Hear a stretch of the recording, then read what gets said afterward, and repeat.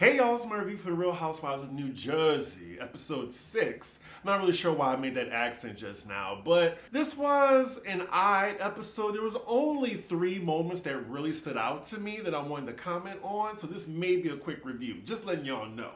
But yeah, let me hurry up and get this over with because I got a bartend in a few hours. Let's get into it. So we started with the usual montage with all the ladies are doing. Then we're with Melissa and Joe, and Antonia's calling them on FaceTime from college. Already, fast forward. Afterward, we see Melissa telling Joe about the chaotic brunch from the last episode, and also how her friend Jackie was acting funny style at the table and beating up Teresa's ass. Now already, I know y'all gonna have a problem with Melissa. Oh, why is she always talking about Teresa? So she's not allowed to talk about what happened at the brunch to her husband, like the housewives normally do? I mean, y'all be giving Melissa so much agony. Lord, like I really wish y'all really understood. I'm talking to the tree stumps more so, that Teresa wouldn't have her popularity or her storylines if it wasn't for Danielle Staub for seasons 1 and 2, and then Melissa. So she should actually be thanking those two for putting her on this pedestal that production can't get her off of. And speaking of which, we're at Teresa's now, and she's being visited by Jackie, who in this entire scene is up her ass. For her to be such good friends with Teresa, this is her first time stepping foot inside her house since last year. We cut to Jackie's confession and she's saying she's really excited to be hanging out with Teresa. I wonder why. You know, I really shouldn't be so pissed off at Jackie because she really just want to be a part of the winning team. And, you know, in this case, even though I don't like Teresa, it seems like her side looks like it's the winning team to be on. I just like Jackie so much better when she stood her ground, wasn't scared of Teresa, and was calling her ass out. And not her saying, I want to be surrounded by nice people and people that make me happy. Why are you at Teresa's house then? So then we come back to Melissa and Joe, and Melissa's just as confused as everybody, saying like how Jackie's trying to get into Teresa's good graces. And not Jackie talking shit about her friend Margaret to her enemy. Like, that just doesn't seem right to me. Like, this woman has called you a see you next Tuesday, like iconically, I must say, and then you said countless times that Teresa is brainless. And you know what, even if me and my good friend were on bad terms, I wouldn't go to someone they don't like to complain about them. Melissa, she sees right through the bullshit and what's going on. Like, Teresa is only entertaining Jackie because Jackie and Margaret are beefing at the moment. So as Teresa and Jackie continue their conversation, listen what Jackie said. She said, I didn't feel like we were good, you know, until like maybe 2 weeks ago. I remember in production, y'all should have like rewind the tapes when she told, I think Margaret or who was it, or Rachel, saying that me and Teresa, we've been good. Y'all haven't been good that long. Stop it. This whole scene is just bullshit to me. Lord, Jackie's lips and nose are just brown right now. Lord. Oh my God, Teresa. When you called John Fuda a parking attendant, I died. Moving on. So next scene, we're at Rachel's house and she's talking to Margaret on FaceTime and updating her on what happened at Danielle's brunch. Oh my God, thank you, Margaret. So Rachel was telling her about Teresa's insult, calling her husband a parking attendant. And then Margaret said, did you bring up what her husband does? Because he's unemployed. Exactly. Like, what does he do for a living? Also, I've been hearing from a lot of people that they think Rachel's husband is ugly. I don't think so. Do y'all think that? I mean, Louis has no right to call anybody ugly. Louis the Lobster. Next scene, we're with Dolores and Paulie on a lunch date. And already, Dolores asking, why are you looking at your watch? You got somewhere to go? This was a real scene between the two of them. I actually enjoyed it. It's actually one of the 3 moments in the episodes that I have a lot to say about. The first one was Jackie, so we getting out the way quick already. So she's talking to him about the brunch as well, but the part of the brunch where they were grilling her about when she's gonna get married or how's it going. You notice a theme with that? Wasn't like, you know, the doctor, like when like he was building a house for her, they kept asking Dolores, when are you gonna get married? When are you gonna get married? Here she go again, same time, and again, there's another obstacle. So then she pivots that to asking him, like, when are you getting the divorce? Because you said last year you were gonna get one. Now let's pause a second because I'm sure y'all heard the rumors on the blogs about why he doesn't plan on marrying Dolores anytime soon. Allegedly, him and his estranged wife own a brothel together, and they have no way to split the profits on that. There was also some other crazy rumors as well, but I think that's the main one about him not getting a divorce. I think Dolores brings up a very fair point. Like, we shouldn't be discussing anything about combining our assets or getting a home together until you deal with, like, getting a divorce. And Dolores just gives it to him straight, like, what's taking so long? Because it's getting on my nerves a little bit.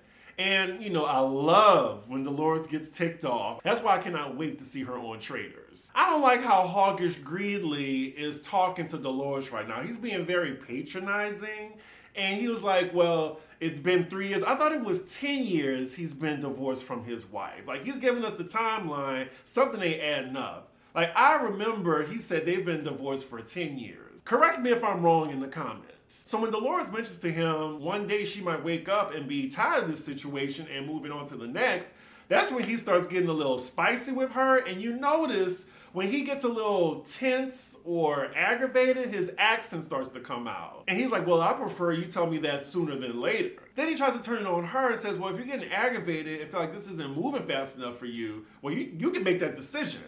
I'm like, sir, you are lucky to be with somebody that even looks like Dolores. You're lucky she even gave your ass the time of day. I gotta say, this is the first time we've seen a little hiccup between them. I love it when it gets real like this. But yeah, Dolores can do much better, but you know, this has been filmed. I'm sure they're in a better place now. I don't know. I don't see him marrying Dolores. Oh, not them ending the scene like this. So next we're with Danielle as she's dealing with her bougie kids fashion show. Okay, so at this point, we've already talked about 2 of the 3 biggest things that happened in this episode, so there's gonna be a lot of fast forwarding going on, just letting you know. So yeah, she's talking to her husband about getting ready for the fashion show. She has a lot of anxiety, who she invited, who's not coming, and then her family drama, and that's pretty much it. So next scene, we're with Margaret. She's hosting a golf date for the ladies that she likes and their husbands. Oh, it's a charity event that involves golf. I think when I was watching this the first time, I was just playing Words with Friends on my phone and texting, kind of just, you know, looking in and out. So it looks like everyone's in attendance except for Danielle for obvious reasons, Teresa and Jennifer, and then Jen Fessler is missing. I was wondering where she was. But then we cut to the next scene, which is Jen Fessler meeting up with Jennifer Aiden. I never did a scene with the 2 Jens together. I'm wondering how I'm gonna differentiate each person. I'm probably just gonna call Jen Fessler, and then I'm just gonna call Jennifer Aiden, Jen. So far, the topic of conversation is Jen telling Fessler about how her and Melissa are working on their friendship. It also looks like we're gonna be going back and forth between the ladies playing golf and the 2 Jennifers talking. So the ladies are talking. It looks like the next big event for all the ladies is Melissa's housewarming. And she's just saying that everyone's invited, you know, except for Teresa, of course. And she's even inviting Jennifer as well as Jackie. And ooh, Margaret, the shade she just threw at Jackie. And what are the odds? So we go back to the other Jens talking and Jennifer saying how she's going to show up to Melissa's housewarming. So then Fessler asks Jen, what does Teresa think about, you know, you going to Melissa's housewarming or y'all becoming friendly with each other? Jen says Teresa understands that they're all going to be hanging out on multiple occasions, and she also says she's doing it for her sake and she wants to let go of the hostility and just move on. But she says she still hasn't told Teresa that she's going to Melissa's housewarming. But wait, why the hesitation? Because I thought Teresa, according to y'all, didn't care who was friends with Melissa. Like, it was Melissa, Rachel, and Margaret who cared who was friends with Teresa, right? But no, the line is always moving for Teresa. She said she only told Teresa that she was invited. Jennifer even says in her confessional, she says, yeah, Teresa says she's not bothered by it, but she knows that it stings just a little bit. And she says she knows Teresa would be much happier if she said she wasn't going. So Fessler says how she's going through a similar situation or how she's getting friendlier with Teresa, yet it might be bothering Margaret. Now, I feel like, whoever's friends with Teresa, they always got to tiptoe around her. But with Melissa and them, I feel like they don't even give them the courtesy. They're just fine with going on Teresa's side. Yeah, the whole Melissa and Teresa thing, now people choosing sides, that has become the storyline of this current season. So now the topic turns to Jen talking about her issue with Danielle and how she brought up again that maybe Teresa and her set her up, which they did, actually. They're talking about the hairdresser who had an issue with Danielle, and Fessler adds in that the hairdresser actually did Danielle's hair for free. So for her to kick her out of VIP was foul. I mean, what do y'all think? I mean, yeah, I guess that would kind of piss me off if I did this bitch hair for free and I can't even be in her VIP area with everybody else. Yeah. Was it Jennifer's job to bring her on this platform and talk shit about Danielle, who's supposedly on, her and Teresa's side? So now they're talking about the whole Rachel versus Teresa thing, and Fessler is acting like, oh, well, she didn't mean that he was a drug dealer currently. Girl, I know you smarter than that, Fessler. The sheer fact that she brought it up, period, was a dig, and that's the issue that Rachel is mad about. Not these two white women at the table trying to say, don't start none, won't be none. Fast forward. So now we're back with the ladies at the charity event, and the topic is, you guessed it, the brunch from the last episode. So now Dolores is telling the ladies about her conversation with Paulie and, how he's still not getting a divorce yet. And now we're going back and forth between the ladies and men on this conversation. And y'all know Joe Gorga was the one to bring up that topic. He's saying the reason it's taking so long is because he's working to build a future with Dolores. Right. So after that conversation, we see some of the men lost a bet. And of course, Joe Gorga had to be behind this one. They had to pull their pants down and tee off between their butt crack. Like put the tee in the middle of their cheeks and place the ball there, and the other guys gotta whack it across the field. Definitely Joe was behind this. It's always some type of homoeroticism with this man. I do not want to see Marge's husband's ass cheeks or Joe Fudas. All right, so next scene, we're in New York for Danielle's fashion show for her kitty line. I love this for her. I think it went successfully. Melissa showed up. I also saw on Twitter somebody asking, how come I didn't see any black kids in the Bougie Kids fashion show? I was like, you know what? That's an interesting question. But yeah, other than that, there's nothing to review here. Fast forward. So next scene, we're going back and forth between Teresa and Rachel's households, and it looks like they both organized a meeting to meet up with each other, the couples together. So it's going to be Louie and Teresa meeting up with Joe and Rachel, and they're going to try to hash things out to try to move forward. Now, we know this is going to be a disaster, but let's see how it unfolds. We're at Rachel's, and her husband said he just wants a formal apology from Teresa, which is the only reason he says he's agreeing to meet them, for trying to say he was the biggest drug dealer and for also calling him a parking attendant. He wants an apology for both of those things. Oh, but with Teresa now, and every time I see Louie the Lobster talk, it just makes me itch. Bigger people. He always try to come off as the bigger person, but he, again, just like his wife, be throwing a rock and hiding his hand.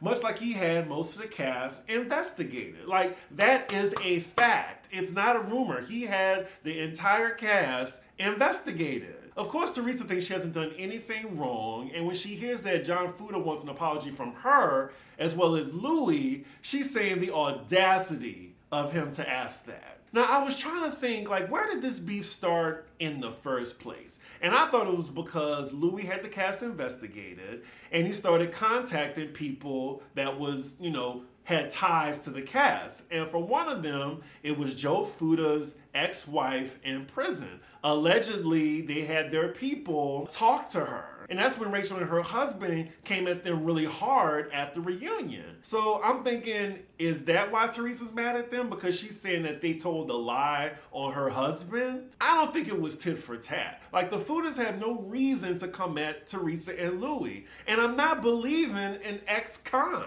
Like, she lied. lies. I'm sure they did talk to his ex-wife. And for them to gaslight the Fudas as if they're making this whole thing up, I would be infuriated too if I were them. Okay, so according to Teresa, we see an article put out by production saying John Fudas' ex denies being contacted by Louis or his people, slams John's petty claims and calls ordeal completely absurd, plus says she has dirt. So this is why Teresa wants an apology, I guess. But again, why am I believing Joe Fudas' wife, who is currently incarcerated? Of course she's gonna lie too. Like, even on Watch What Happens Live, like Teresa said she had no contact with the bloggers, with the whole, sending them screeners and evidence of what's gonna happen on the show to help them out. She's lying. She's saying like, oh, like the text messages are fake. I don't believe her. I don't even think they had to meet up because it seemed like they're at a stalemate, because Louis and Teresa are never going to cop to the fact that his people or the private investigator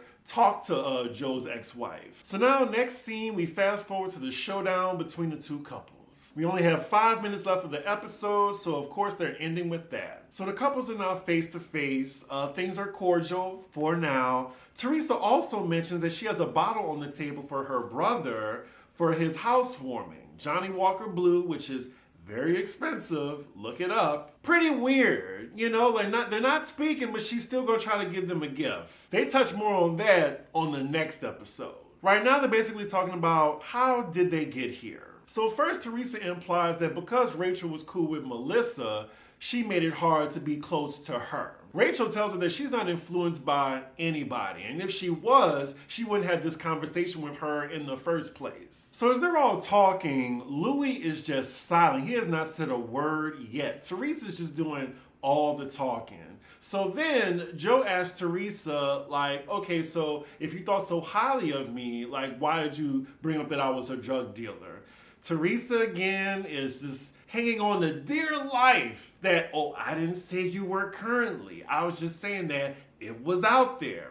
Now, it's ironic that she's talking about things that was just out there when there were things out there with Louis when Louis came on the show, and she didn't want that brought up at all. Remember? And then Marge was the one bringing it up. And I honestly think that Margaret was only bringing it up out of concern for Teresa and for her to just address it on the show. But Teresa, took offense to that and thought Margaret was out to get her. Teresa's apology now is, oh, so if you heard that I said you were a drug dealer currently, then I apologize.